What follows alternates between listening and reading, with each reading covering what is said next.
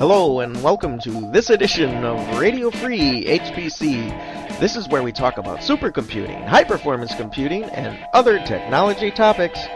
I'm your Toastmaster, Rich Breckner, with my co-hosts, Dan Olds and Shaheen Khan from Orion X, and Henry Newman from Seagate Government Solutions. Now let's get to the show. All right, we're back with Radio Free HPC. We've got a subset of folks here today. We've got Dan Olds and Shaheen Khan from Orion X. Welcome to the show, guys. Hey, Rich, how you doing? Where the hell is Henry? Henry is underwater in the Bahamas somewhere, slaying fish, or above water, reeling them in. I'm not quite sure. Oh, he's on his annual fish trip. I should have known that because there's a carrier group that's been designated down there to protect Henry because he's such a national resource. Treasure. Yeah. Treasure. He is. He's a national treasure. There's probably a SEAL team in the water around him. He's under constant protection and vigilance of the government. You'd think that would scare some of the fish away, that kind of activity. You would think so. Might just attract them. Yeah, could be. If they're going to get caught, they might as well get caught by a notable. Well, Really? they're probably herding them towards him. And this guy gets more vacation than anybody. Yeah. He gets more vacation than some retired guys I know. Truly. I mean, he's always on the road. Yeah, that's right. Yeah. That's right. Well, speaking of on the road, Dan, you just came back from a major expedition in China. Yes, I did.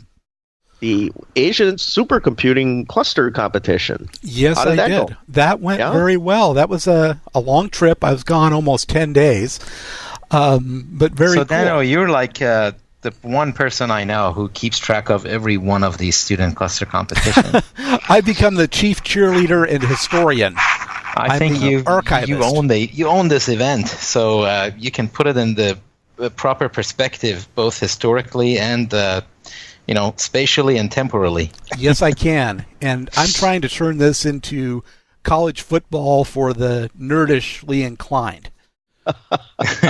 That's great, because I think it's a fantastic program, and the kids learn so much. They get jobs out of this. I think it's a great thing. Can't compliment it enough. So I'm more than happy to spend some time and go over and see what is what. So give us the lay of the land there. Okay, well, this is a big competition. This is the biggest one in the world. It has 20 teams from 20 universities, mostly in China, but we did have some from Europe, one from the U.S., and this year mostly experienced. Yeah, if you look at the slide, it looks like I think there's only 6 out of the 20 that haven't been to a competition before. These are some big hitters as well. Particularly, I'd want to point out Tsinghua University, which has won, I think, 4 of the 6 Asia Student Club competitions. They've also won SC and ISC as well. Okay. Big hitters. So this is the finals of ASC. Yes, it is. There were a lot more teams, weren't there? There were 300, over 300 that tried to get into this. That vied for this. Wow. Yeah, and they narrowed it down to 20. Just the Oscars, basically. This is the cream of the crop. Yeah. Now, how much continuity is there among teams from competition to competition? Is it like a whole new team, or is the coach the same and the students are like mostly the same? How does that work? Typically, the students are mostly the same. If they do it once, they want to do it again. Mm-hmm. But then again, you have a team like South Africa's team under Happy Sitole that no kid gets to do it more than once. That it's a brand new team every year, and the guys from the gals from the older team, they act as mentors and trainers for the new ones. Okay. But for the most part, unless you have a complete turnover, the kids that do it once want to do it again, and they re-up for the next team. And they're mostly undergrads? They're all undergrads. All undergrads. All undergrads. So these weren't just teams from China in this competition, were they? No, a couple from Europe, one from the U.S., and they want to make this a an international competition, so they're accepting all comers. Cool. Yeah. Cool. And let's take a look at the configurations they had. The one key constraint in a cluster competition is your power usage. And there's a hard cap at 3,000 watts. So these are the systems that, and the other thing about the Asian competition, Inspur provides all the systems. So no one has to ship anything, and that's great. The only thing they have to bring is if they want to use accelerators like GPUs or special drives or something like that. So you would think that with everybody choosing the same nodes that you would have systems being incredibly similar. But no, if you take a look at it, node count ranges from 10 down to 3. And something else to look at in the average column is that the average node count is dropping significantly over the past couple of years, from 6.5 to 5.15 nodes. Interesting. I'm seeing the same pattern in the other competitions. Yeah. Why is that, do you think? I think it's because you're getting much more bang for the buck out of a single node, and they're becoming more power hungry, particularly when you start putting in huge GPU counts. Right. And so that's just forcing you down. Yeah, that would make sense. Those V100s are probably 300 watts a piece. Yeah, they're approaching that. Yeah, so you got the rest of the system. That's a lot of energy. And if you take a look at the accelerator column on that, the winning team, oops, I already let that go. The winning team, Tsinghua, who is a very experienced team. No surprise there. Yeah, they're kind of the Harvard of China. Harvard they've been consistently one of the top schools across all of the competitions. Oh, yeah. But they brought 16 V100s, and in talking to them, they also had a higher than average node count at 6. What they did is they ran everything, but they just throttled it way down, the GPUs and the CPUs, in order to get underneath the limit. So they were able to use all 16 GPUs, I see. but they were throttled way down. Interesting. And so that trade-off was worth the trade-off. Definitely worth it. And every team, NVIDIA provided every team with 4 GPUs. So that's why you see everyone using them. Yeah. And the other teams brought more. Now, moving to the next, my next little slide here, these were pretty crappily put together. The big challenge there in Nanchang is the heat. It's about 1,200 miles south of Beijing, about 700 miles south of Shanghai. It was hot. Small town, right? Yes, a modest hamlet of 5.2 million people. Oh, okay. And so what's with the tubs of ice? Well, that's the thing. It was hot there. It's one of those kind of environments that it doesn't get really hot, at least right now, this part of the year, on the thermometer. It was maybe 85, 88 during the day, but it's humid. It is so humid. Oh. And the building we were in was just a university function room, kind of a big circle that had some dividers down the middle of it. And so the teams were serpentine throughout here, and it had in no way, shape, or form was able to handle, 160 nodes of supercomputing, 20 teams, and 175 kids. Yeah, so a lot of BTUs going into that room, and not much to cool it off. Well, they brought in, if you can see on the slide, they brought in these huge air conditioners on that upper leftmost picture. That air conditioner is taller than I am. Yeah, and each one of those air conditioners had 2 of the heat exchangers going out into the hallway. Unfortunately, it was the hallway to the men's room, so it was like walking through a hand dryer.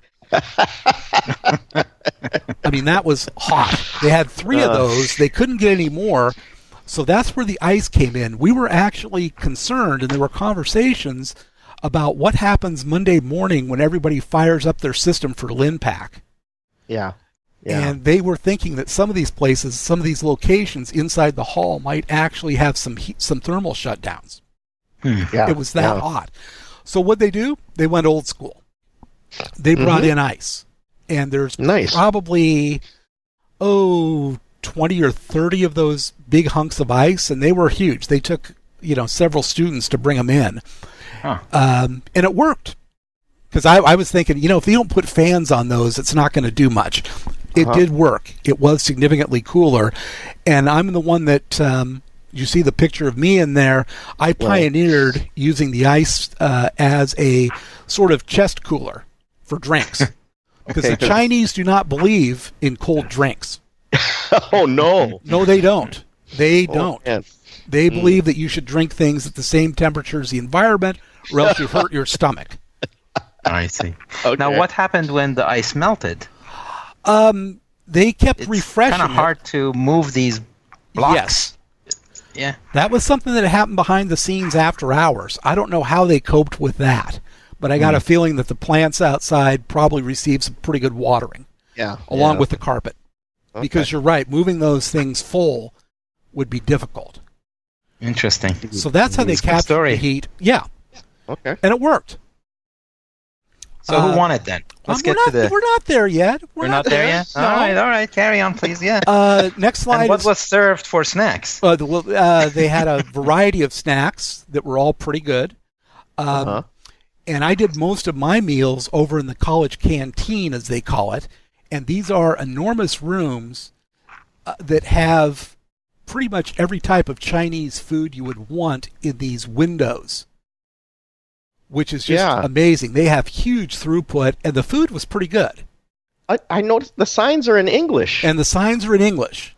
Enthusiastic service, enjoy your meal, take all you want, all that kind of stuff. And I think an average meal for me was about $2.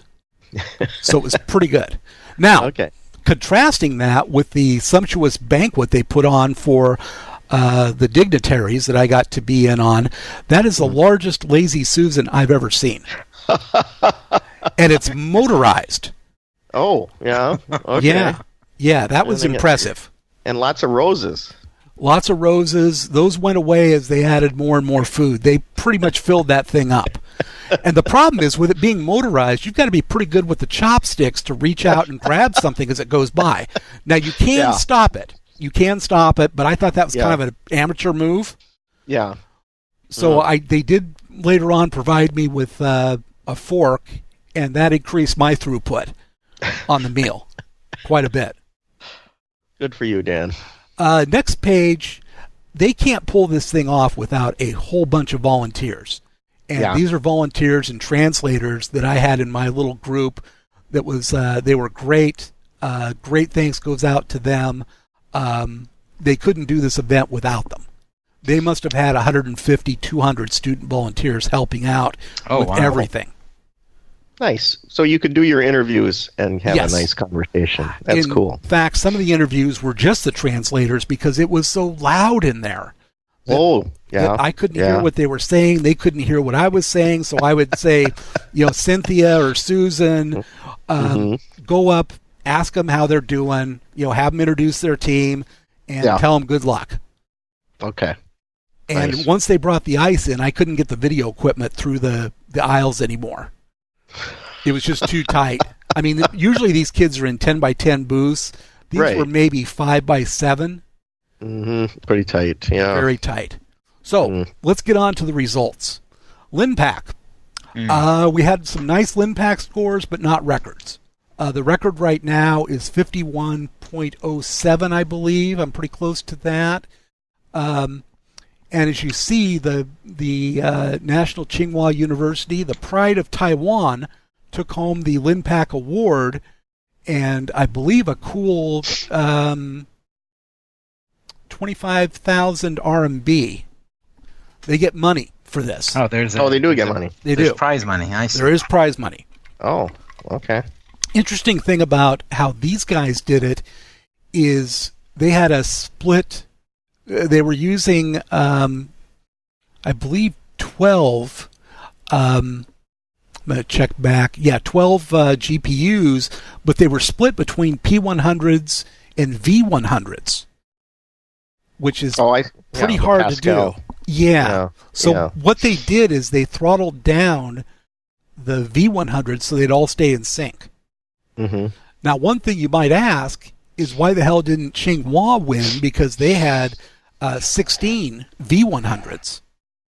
Yeah. They didn't win because they're also driving 6 nodes. And you can't turn off any nodes. You've got to have them at least idle. Oh. And those nodes had to be active because they were the conduit for their 16 GPUs. Okay.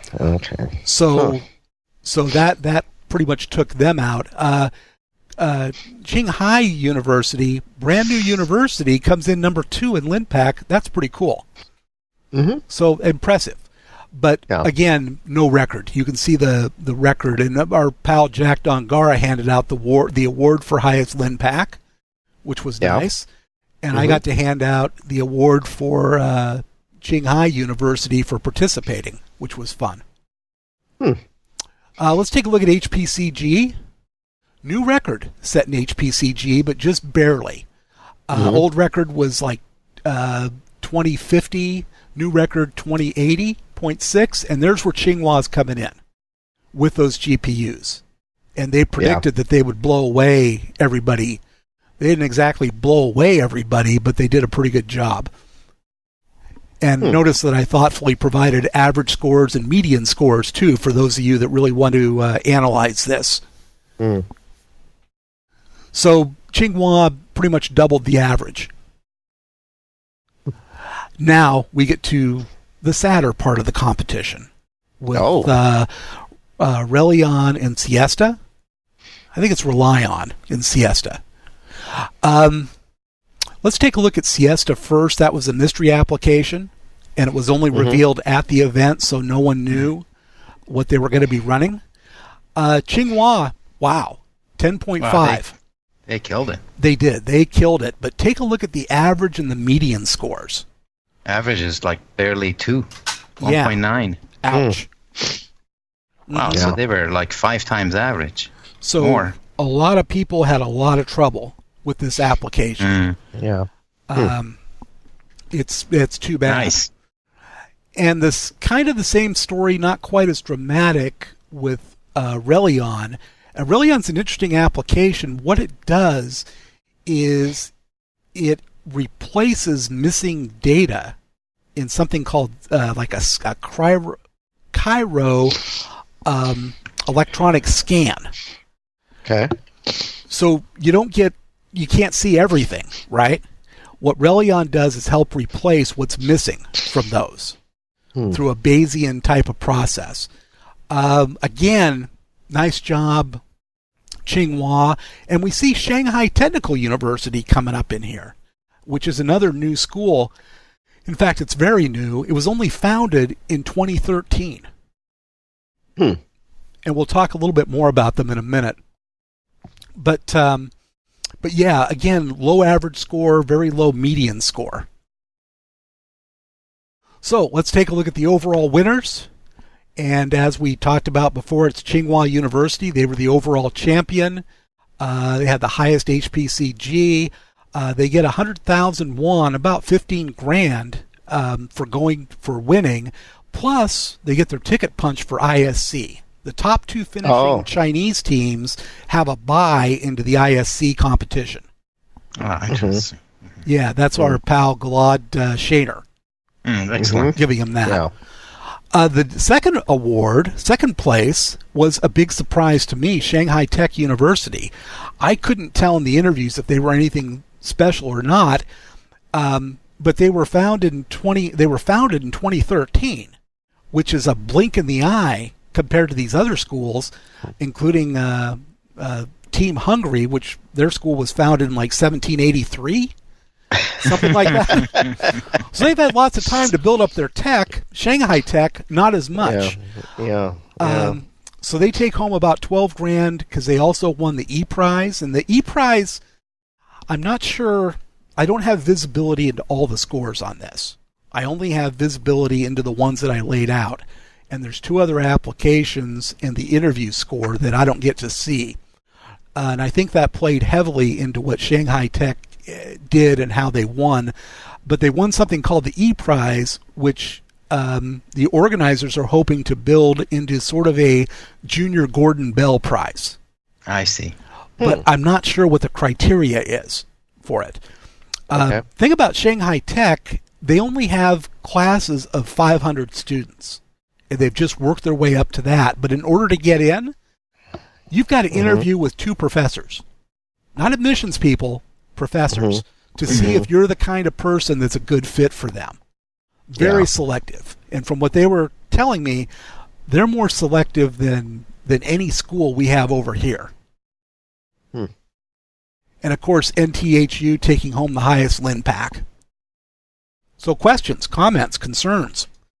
Do these students get the money, or does it go to the school? I kind of think it goes to the school. I got it. Yeah. That would seem like a lot of money for 4 or 5 kids. That would be a difference maker, particularly in China. Oh, yeah. I mean, I'd be buying pizza and stereos, or these kids would be buying GPUs. And ASICs and stuff like that. One of the teams, after they left, they had a few more days in China, so they were going to Shenzhen to buy some ASICs and stuff, which is very cool.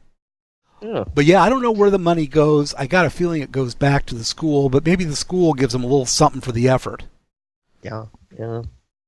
Well, so Dan, you said Inspur was the main sponsor with all this equipment. I mean, there must be some significant expense here. Yes.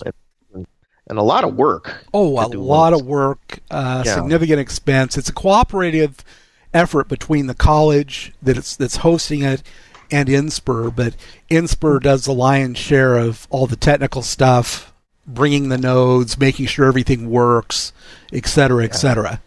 Yeah. And Inspur, I think, went out and got the ice, too. Great. And Dan, did they have a cloud HPC component like they've done at SC? Not in this one, no. Not at this one. Okay. So no. On-premise. What they've done at other ASC events is had, like last year, we were at the same location in the same building with Taillight, which I never pronounced correctly. But students had to run applications on it. Oh, cool. Yeah. I remember that. Yeah. So they had some pretty good experience with that. Okay. Well, Dan, you mentioned ISC. Can you set the stage for us? Because that's only about 6 weeks away now. That's coming, right? That is coming up pretty fast. 4 weeks away, Rich. Just a little over 4 weeks. Yeah. So, another cluster competition. We'll have 12 teams there. This one's sponsored by the HPC AI Advisory Council, and has been run by them since 2012 or 2013, I believe. Yeah. And it's going to be an interesting competition. There will be 3 Chinese teams, maybe 4 there, including the 2 from the 2 winners of this competition.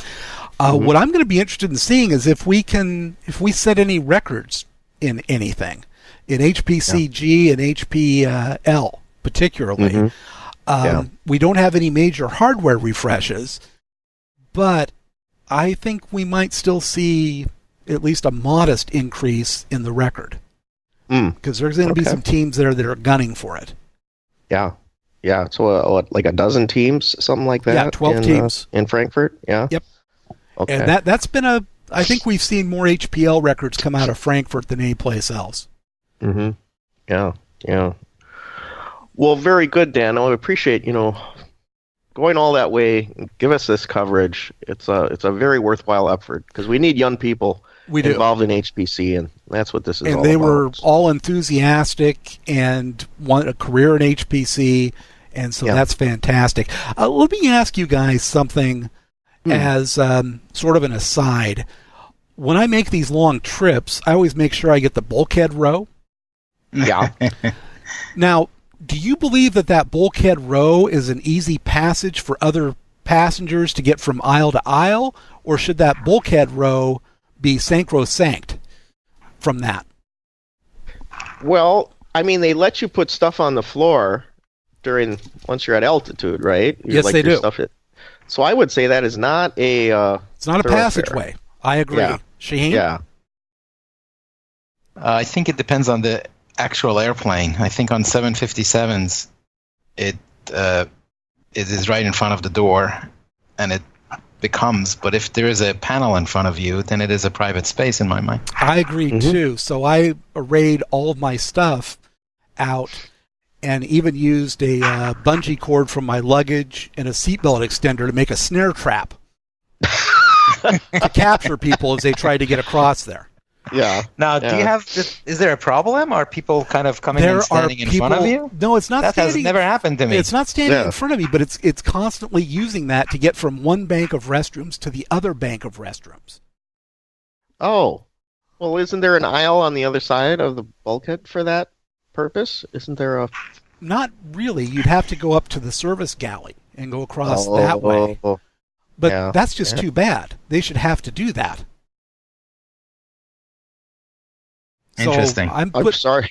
Well, I'm sorry to hear of your hardship there, Dan. Yeah, I got a little. Why do you like that row anyway? Well, what is? You got the room. Why do you like that? You got the room. But there's two things. He needs that row. I need that. Well, I can't get out my laptop and work if anybody's in front of me and reclines. Right. So I like that row, but I don't like the ones where there's nothing in front of you because you got no place to put your drinks and stuff. Right. So that bulkhead is the key place to get. I think Dan finds that empty seat first, then decides on the airline and the time of flight. That's the secret. You're not far off because when I'm booking with the mighty Air Canada, which has the best international stuff on the West Coast, it's only an hour away from Portland.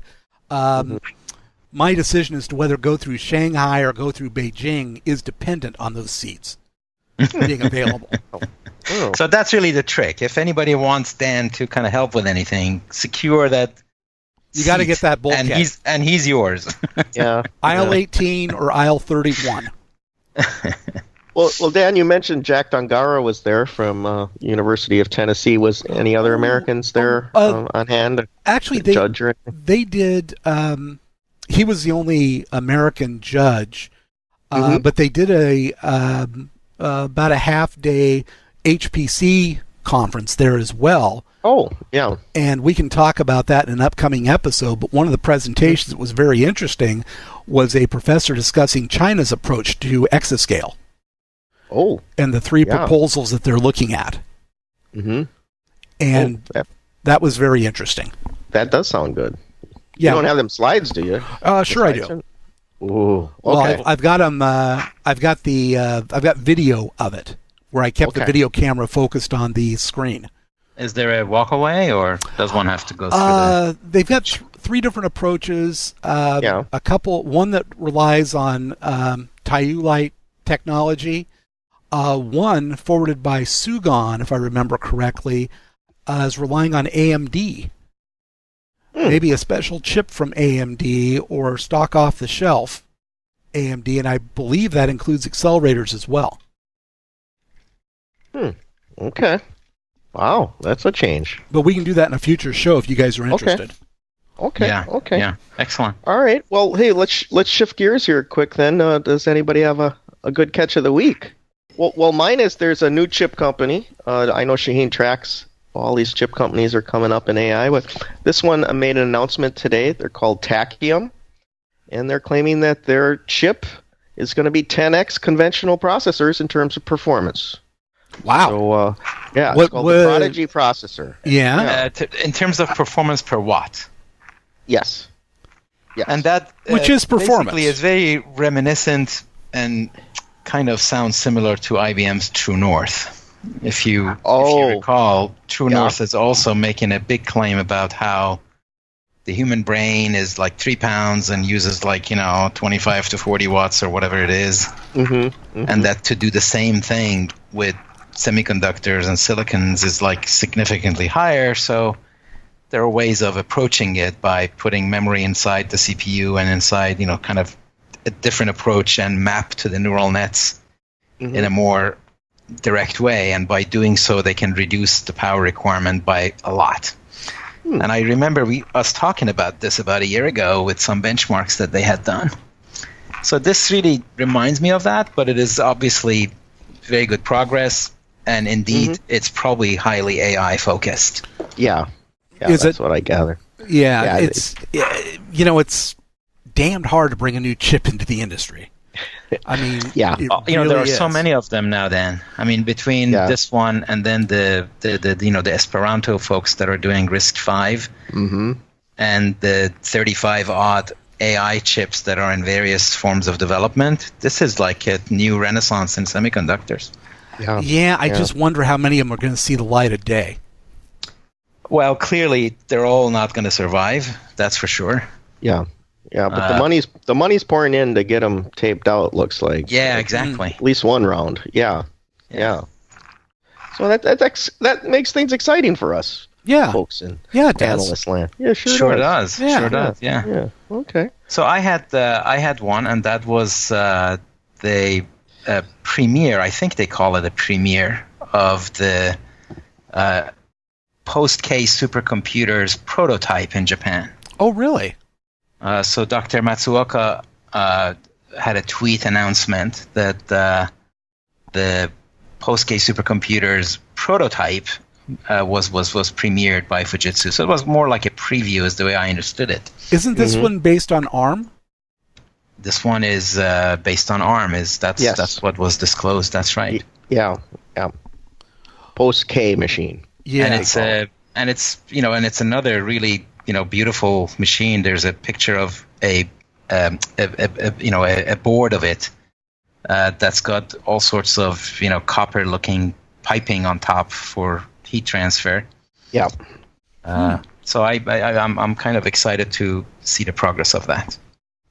That is cool. Do we know anything about the hardware inside it other than the fact it's ARM?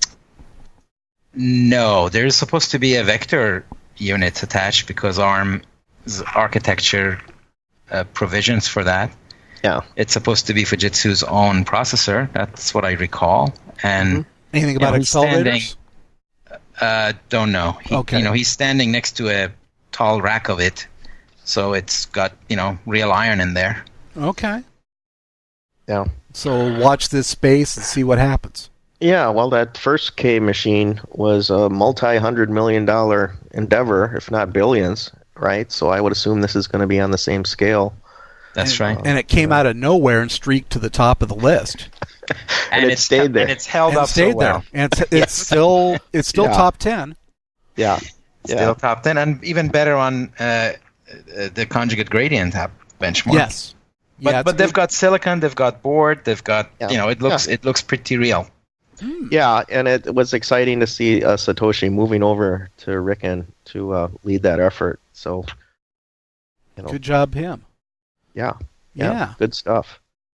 All right, guys. Well, hey, Dan, once again, thank you for the update on the Asia Supercomputing Competition, Very ASC welcome. 2018. And folks, we'll see you all next time here on Radio Free HPC. That's it for this edition of Radio Free HPC. Thank you for listening, and be sure to check back often for new episodes. Also, check out our website for more content, links, and a place for you to let us know what you think about the show. We're at radiofreehpc.com. Thanks again. We'll be back with another exciting episode real soon.